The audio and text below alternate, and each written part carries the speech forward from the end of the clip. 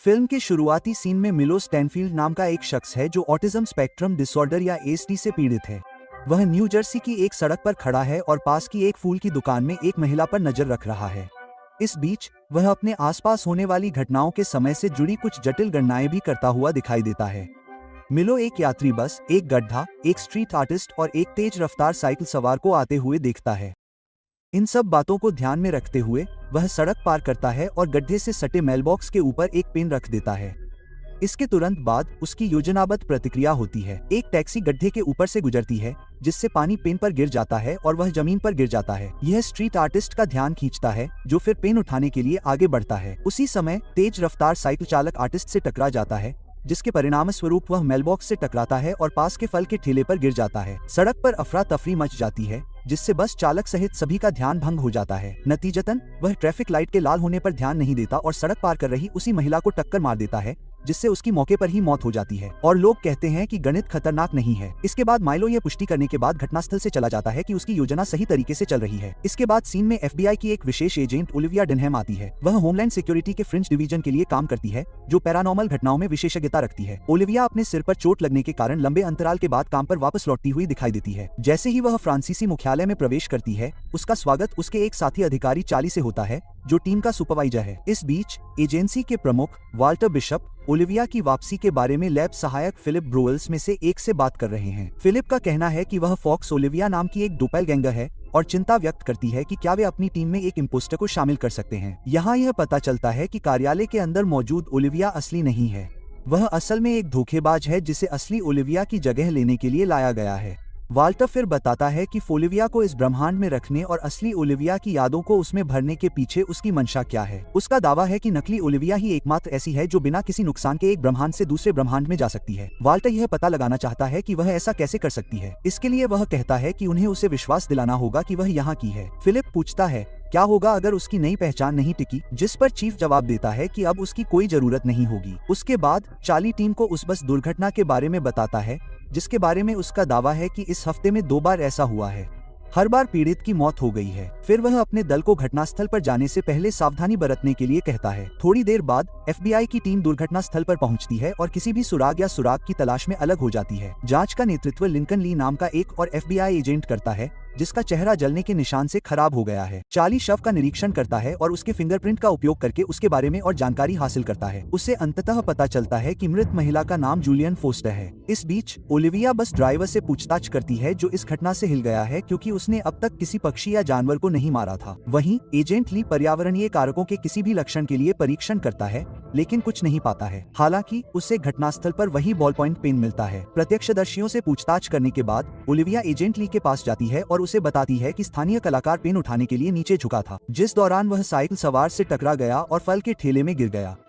यह सुनकर एजेंट ली को अंदाजा हो जाता है कि पेन ही मुख्य तत्व है जिसने प्रतिक्रियाओं का क्रम बनाया, जिससे अंततः पीड़ित की मौत हो गई। अगले दिन फ्रांसीसी मुख्यालय में एजेंट ली और चार्ली 2 दिनों में हुई बस दुर्घटनाओं के बीच संबंध का पता लगाने की कोशिश कर रहे हैं। एजेंट ली को पहली दुर्घटना की तस्वीर में वही बॉल पॉइंट पेन दिखाई देता है, जिससे उसे और भी यकीन हो जाता है कि किसी ने घटनाओं की श्रृंखला को अंजाम दिया है। इसके बाद वे फ्रिंज एजेंसी की गणितज्ञ एस्ट्रिड से बात करने जाते हैं और उसे पूरी घटना के बारे में बताते हैं। हालांकि वह दावा करती है कि कोई भी इंसान इस तरह की घटनाओं को अंजाम नहीं दे सकता और इसे 2 बार अपने पक्ष में नहीं कर सकता। उनकी बहस के बीच एक और बस दुर्घटना होती है, जिससे एस्ट्रिड सदमे में आ जाती है।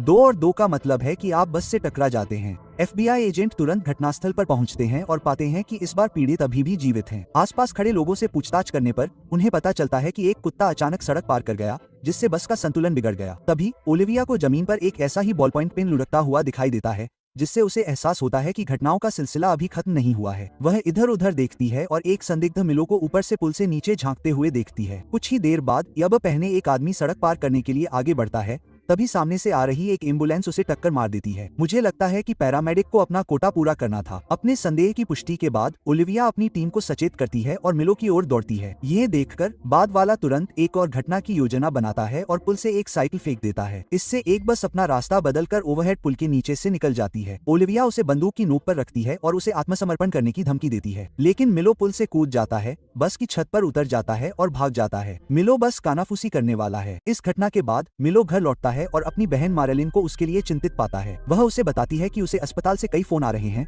लेकिन वह उसे अनदेखा करता है। फिर वह उसे आत्मसमर्पण करने के लिए मनाने की कोशिश करती है, यह दावा करते हुए कि वह बहुत दूर चला गया है। हालांकि मिलो उसके कार्यों का अनुमान लगाता है और उसकी बातों को पूरा करता है, प्रभावी रूप से उसे चुप करा देता है। कुछ ही देर बाद मिलिन उसे एक छोटा प्लास्टिक का घोड़ा खिलौना दिखाती है जो उनकी मां की याद दिलाता है। यह देखकर वह असहज महसूस करता है और यह कहते हुए चला जाता है कि यह अप्रासंगिक है। अब दूसरी ओर एजेंट ली को उसकी नियमित त्वचा की जांच के लिए अस्पताल ले जाया जाता है। बंद चैम्बर में प्रवेश करने से पहले वह ओलिविया से तीनों पीड़ितों के बीच समानताएं खोजने पर ध्यान केंद्रित करने के लिए कहता है। ओलिविया उसके निर्देशों का पालन करते हुए मुख्यालय वापस आती है और दुर्घटना के प्रत्यक्षदर्शियों से बात करना शुरू करती है। थोड़ी जाँच के बाद उसे पता चलता है कि तीनों पीड़ितों और एक मेडिकल सेंटर के बीच संबंध है। तीनों का उस सेंटर से प्रत्यक्ष या अप्रत्यक्ष रूप से संबंध था।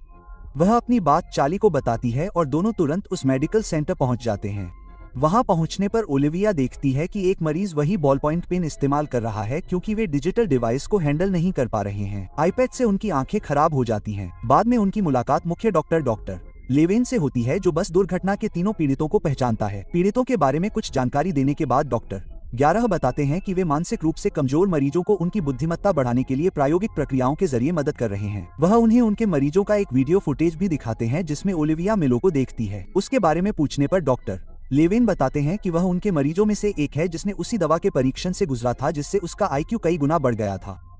वह आगे कहता है कि मिलो को उसकी बहन की देखरेख में अस्पताल से रिहा कर दिया गया था और उसे प्रयोगात्मक प्रक्रिया को उलटने के लिए वापस जाना था, लेकिन अब वह उनकी कॉल का जवाब नहीं दे रहा है और वह उन सभी को मार रहा है जो उस पर नियंत्रण करने की कोशिश कर रहे हैं। मिलो की बहन के बारे में जानने के बाद FBI एजेंट उससे मिलने का फैसला करते हैं। उन्हें पता नहीं है कि मिलो ओलिविया पर कड़ी नजर रख रहा है, उसकी हर हरकत पर ध्यान दे रहा है और उसके अगले कदम का अनुमान लगा रहा है। बाद में चार्ली और ओलिविया मिलो के घर पहुंचते हैं जहां उनका स्वागत मेलिन करती है। वे उससे मिलो के ठिकाने के बारे में पूछते हैं, लेकिन वह कहती है कि उन्हें इसकी जानकारी नहीं है। उन्हें लगता है कि वह कुछ छिपा रही है। एजेंट उसे उसके द्वारा किए गए अपराधों के बारे में बताते हैं और उसे खुला छोड़ना कितना खतरनाक है। जब चार्ली मिलो के कमरे की जाँच करने जाता है तो ओलिविया अपनी दिवंगत बहन के बारे में बताती है कि वे एक दूसरे का कैसे ख्याल रखते थे। यह सुनकर मेलिन को इतनी तसल्ली होती है कि वह अपने भाई के बारे में और जानकारी साझा करती है। वह बताती है कि मिलो हर घटना के परिणाम का अनुमान छोटी से छोटी बात तक लगा सकता है और वह मिलो को खिलौना घोड़ा दिखाकर ही उसका ध्यान भंग कर सकती है। जब भी वह बुलसाई को देखता है उसे वुडी मिलता है। ओलिविया अंततः उसे वह सब कुछ बताने के लिए मना लेती है जो वह जानती है, इस बात पर जोर देते हुए कि वे नागरिकों के साथ साथ मिलो की सुरक्षा के लिए भी चिंतित हैं। मिलिन फिर उसे एक नोट देती है जिसमें उस होटल का पता होता है जिसमें मिलो इस समय ठहरा हुआ है। इसके बाद ओलिविया और चार्ली एस्ट्रेड के साथ मिलो को पकड़ने की योजना पर चर्चा करते हैं। हालांकि उन्हें जल्द ही एहसास हो जाता है कि कोई भी योजना निरर्थक होगी क्योंकि वह उनके हर कदम का अनुमान लगा सकता है। नतीजतन वे बिना किसी बैकअप के सीधे होटल जाने का फैसला करते हैं। मुझे नहीं पता कि इससे क्या मदद मिलेगी, लेकिन वे सबसे अच्छा जानते हैं। इस बीच मिलो अपने होटल के कमरे में खिड़की से नीचे देखता हुआ दिखाई देता है और अगले कुछ मिनटों में होने वाली परिस्थितियों की कल्पना करता है। अपनी क्षमता से वह भविष्यवाणी करता है कि ओलिविया और चार्ली जल्द ही आएंगे और वे उसका पीछा करेंगे। वह यह भी सोचता है कि वह ओलिविया को एक निर्माण स्थल के चिन्हित क्षेत्र में ले जाकर मार सकता है जहां हवा बहुत पतली है और उसे सीमेंट की ईंटों के भार के नीचे कुचल देगा। जैसा कि उसने अनुमान लगाया था, 2 FBI एजेंट होटल पहुंचते हैं और मिलो को सड़क पर उनका इंतजार करते हुए पाते हैं। फिर वह निर्माण की ओर भागता है जबकि एजेंट उसका पीछा करते हैं। ओलिविया, जो पतली हवा वाले क्षेत्र के चेतावनी संकेतों से अनजान है,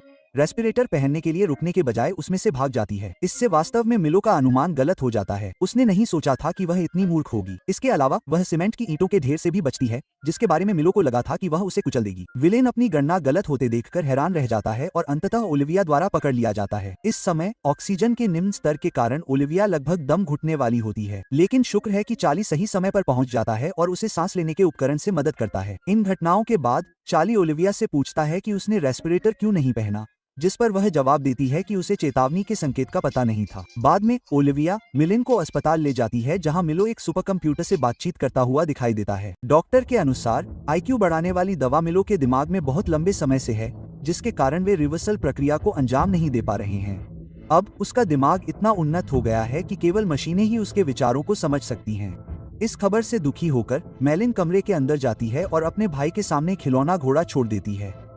उसी शाम ओलिविया अपने घर पर होती है जब उसे दूसरे ब्रह्मांड से अपने प्रेमी पीटर का दर्शन होता है। वह उसे बताता है कि वह इस ब्रह्मांड से संबंधित नहीं है। अपने दावे का समर्थन करने के लिए वह याद दिलाता है कि इस ब्रह्मांड के बारे में उसकी कम जानकारी ने पहले उसकी जान बचाई थी। उसके अनुसार अगर वह चेतावनी के संकेतों को पहचान लेती और वहीं रुक जाती तो उसकी मृत्यु हो जाती। पीटर उसे अपनी सभी यादों को याद करने की कोशिश करने के लिए कहता है और गायब होने से पहले उसे चूमता भी है। इस तरह के और भी वीडियो के लिए सब्सक्राइब करें, नोटिफिकेशन चालू करें और चैनल को मदद करने के लिए लाइक करें। देखने के लिए धन्यवाद।